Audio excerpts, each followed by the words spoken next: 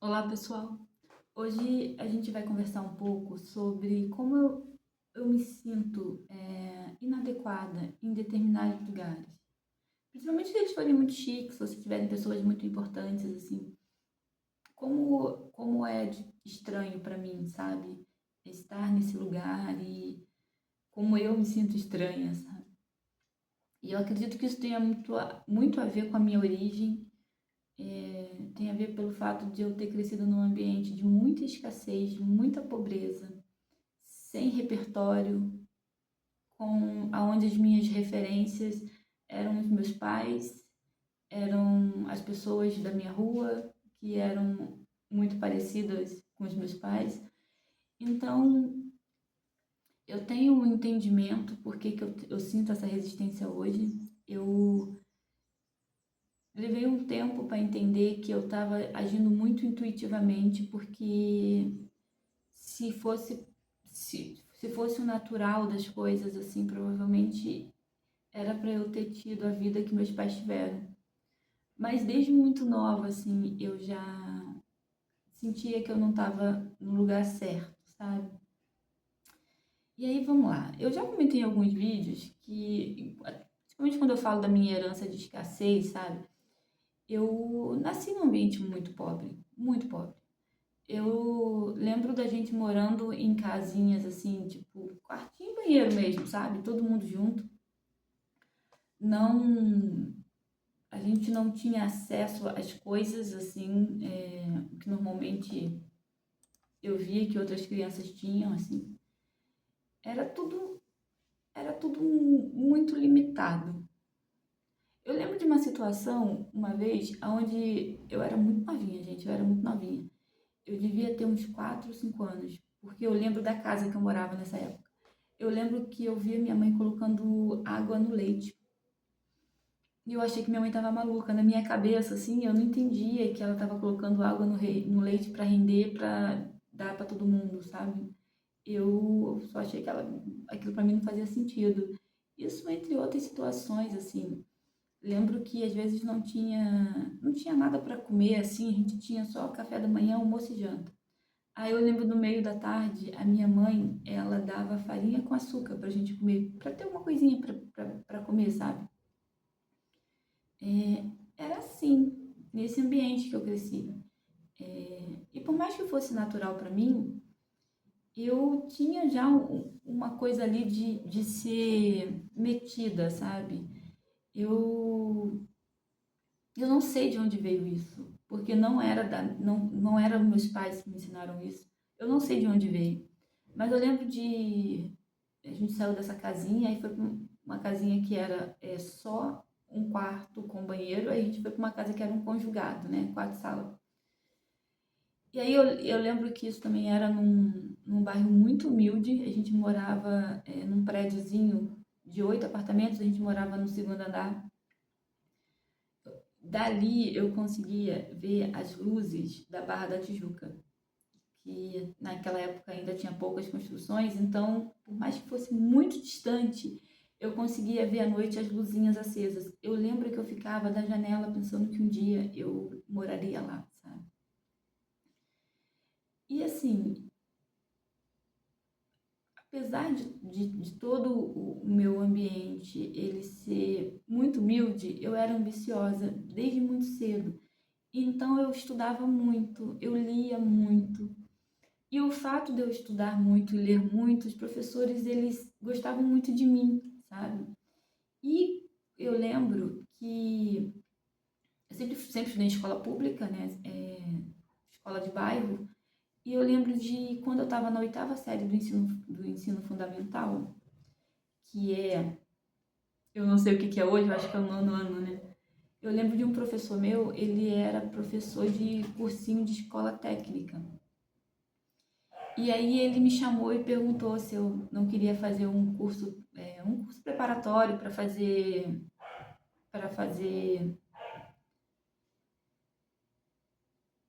concurso, né, para o nível médio, e eu não tinha dinheiro para pagar. Então, assim, eu não fiz.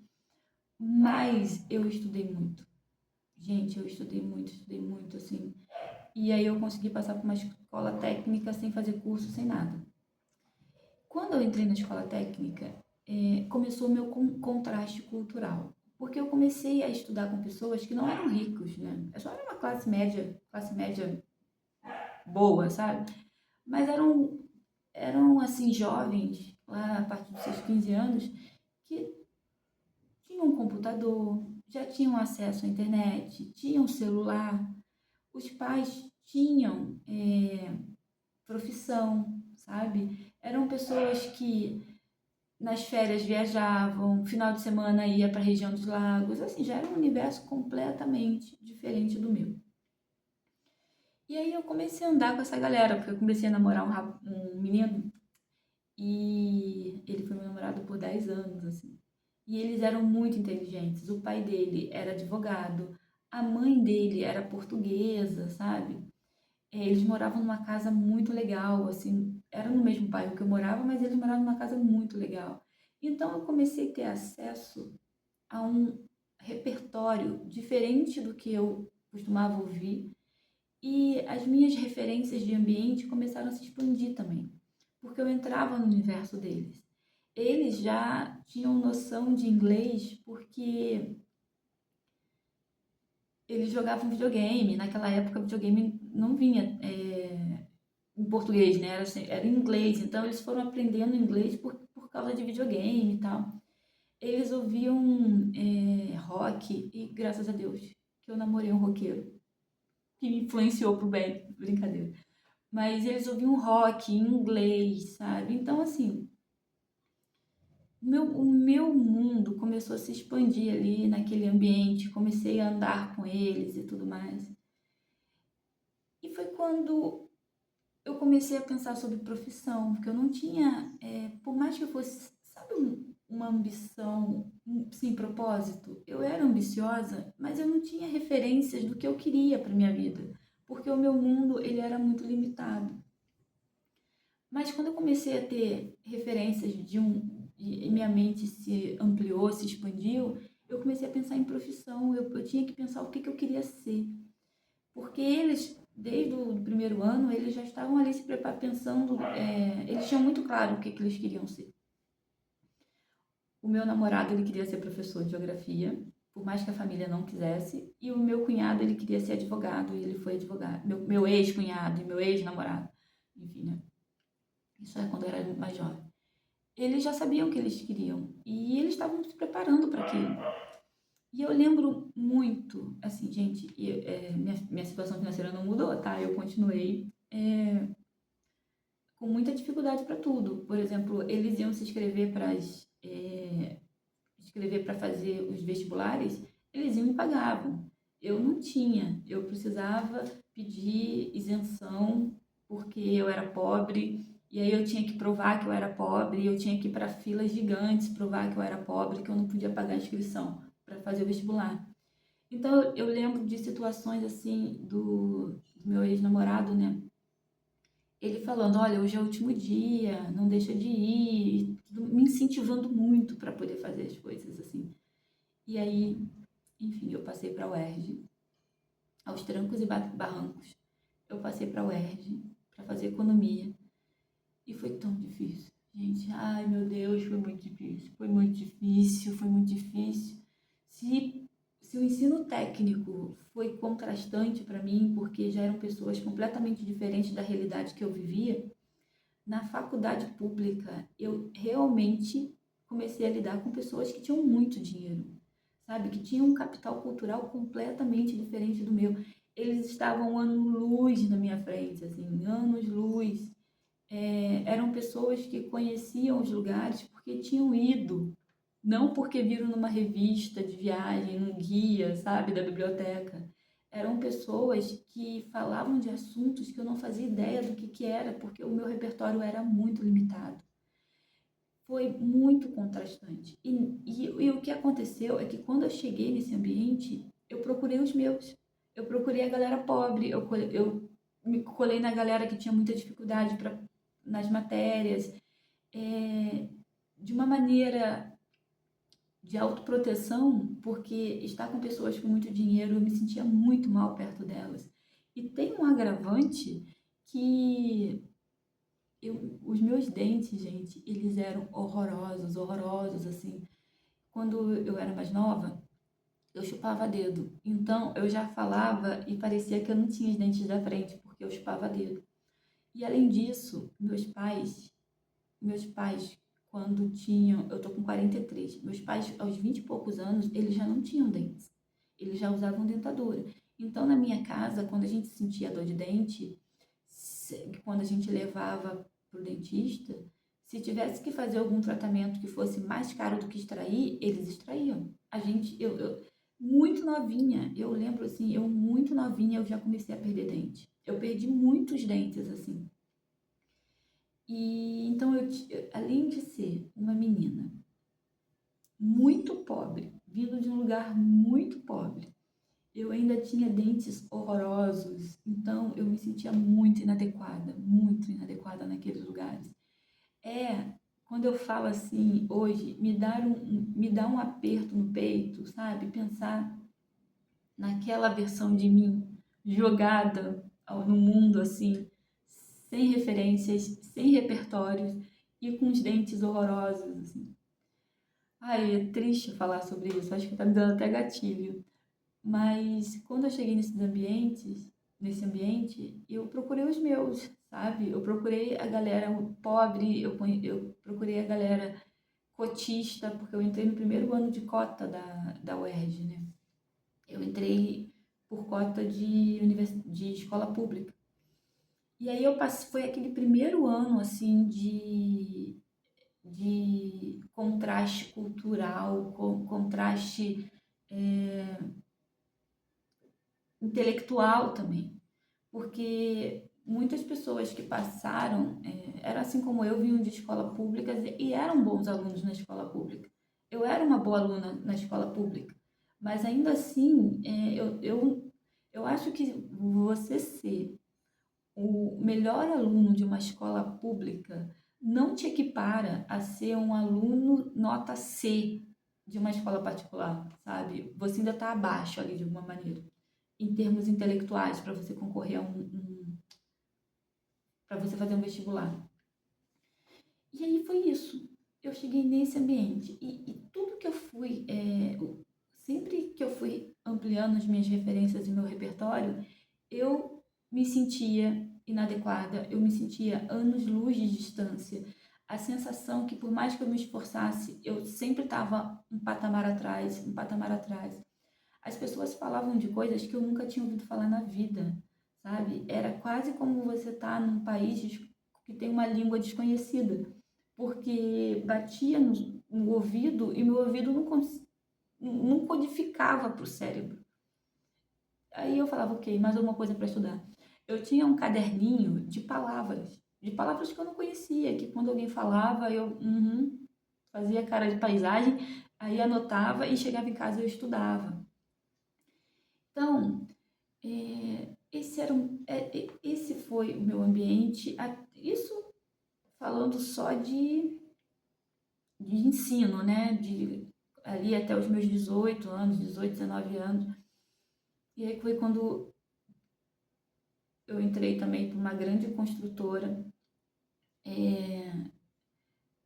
a mesma coisa, né? Tipo, me sentindo muito inadequada, sempre aquele lugar não é para mim, as pessoas muito diferentes, as pessoas se vestindo muito bem. E eu tentando correr atrás ali, sabe? De pedalinho. Por tudo isso, por tudo isso, eu não vou dizer que a pobreza é culpada, assim, não vou botar, tipo, a minha condição humilde, né, minha origem muito humilde, assim, mas eu posso dizer que, de alguma maneira, isso sim, a pobreza, ela não me tirou só coisas materiais, sabe? Não me tirou só experiências materiais. Me tirou também esse repertório, sabe? De conhecimento, de cultural. Me tirou também, não me tirou, né? Me privou por um tempo, assim, das coisas que tem no mundo e eu não sabia que existia. É por isso que hoje, assim, só fazendo um parêntese, quando eu entendo que hoje eu não, não estou mais naquele lugar, eu estou ano-luz de onde eu vim, mas eu tenho um cuidado muito grande quando eu estou num ambiente que eu percebo que a minha linguagem, ela não está adequada para o ambiente, porque eu entendo isso. Eu entendo que quando eu passei por esses lugares, por essas pessoas, a linguagem delas era diferente da minha, e naturalmente elas se comunicavam e elas não tinham, elas não entendiam que eu não entendia o que estava acontecendo, que eu tinha muita dificuldade de acompanhar as conversas e tudo mais, porque para elas era natural, sabe? Tipo, elas conversavam naturalmente. E aí eu tenho essa preocupação hoje, assim, sabe? Eu entendo que da maneira que eu converso, às vezes, com você, que tá aqui, que se você tá aqui é porque de alguma maneira você se identifica com o que eu falo, você entende o que eu tô falando. Eu não me preocupo se eu tô usando uma palavra difícil, será que a pessoa vai entender? Será que não vai? Porque é completamente diferente quando eu converso com a minha mãe, sabe? Quando eu converso com as minhas irmãs. Porque eu sei que o repertório delas ainda é muito próximo do que a gente viveu. Então eu tenho esse cuidado. E tudo isso para dizer também assim que o meu sentimento de inadequação, eu acredito de verdade que veio dessa origem muito humilde, sabe? Dessa origem de escassez, de falta, aonde quando eu estava num ambiente, os meus eram os que serviam e não os que eram servidos. Minha mãe foi faxineira, sabe? Meu pai foi auxiliar de cozinha. Então, assim, a gente, os meus próximos, eles sempre foram os que serviram. E é engraçado porque quando eu chego num lugar assim, num restaurante, onde eu estiver, sabe? Eu vou procurar quem serve e eu vou ser excessivamente simpática. Eu tenho esse padrão e eu acho que é muito assim de querer me colocar no lugar da pessoa, de querer mostrar para ela, olha, eu não sou igual a eles, eu sou mais próxima de vocês do que deles. E eu não sei por que que eu faço isso. Eu não sei. Mas eu percebo que eu faço isso, sabe? Na minha cabeça não é igual. Eu não tô, quando eu estou numa posição onde eu estou sendo servida, eu sinto que tem uma desigualdade ali. E claro que não tem, né? Quando você vai no restaurante e você pede, você é servido, você vai pagar pelo aquele serviço, né? Obviamente, você seja muito educado, você tem que ser educado com qualquer pessoa, não importa. Mas eu percebo que eu tenho um excesso de simpatia, sabe? E, e é isso, assim. Quando eu comecei a estudar muito sobre essa questão de repertório e referência, que a gente tem que começar a se sentir bem nos ambientes que a gente deseja estar. Porque eu quero ser rica. Tipo, já falei isso 600 vezes, né? Eu quero ser rica.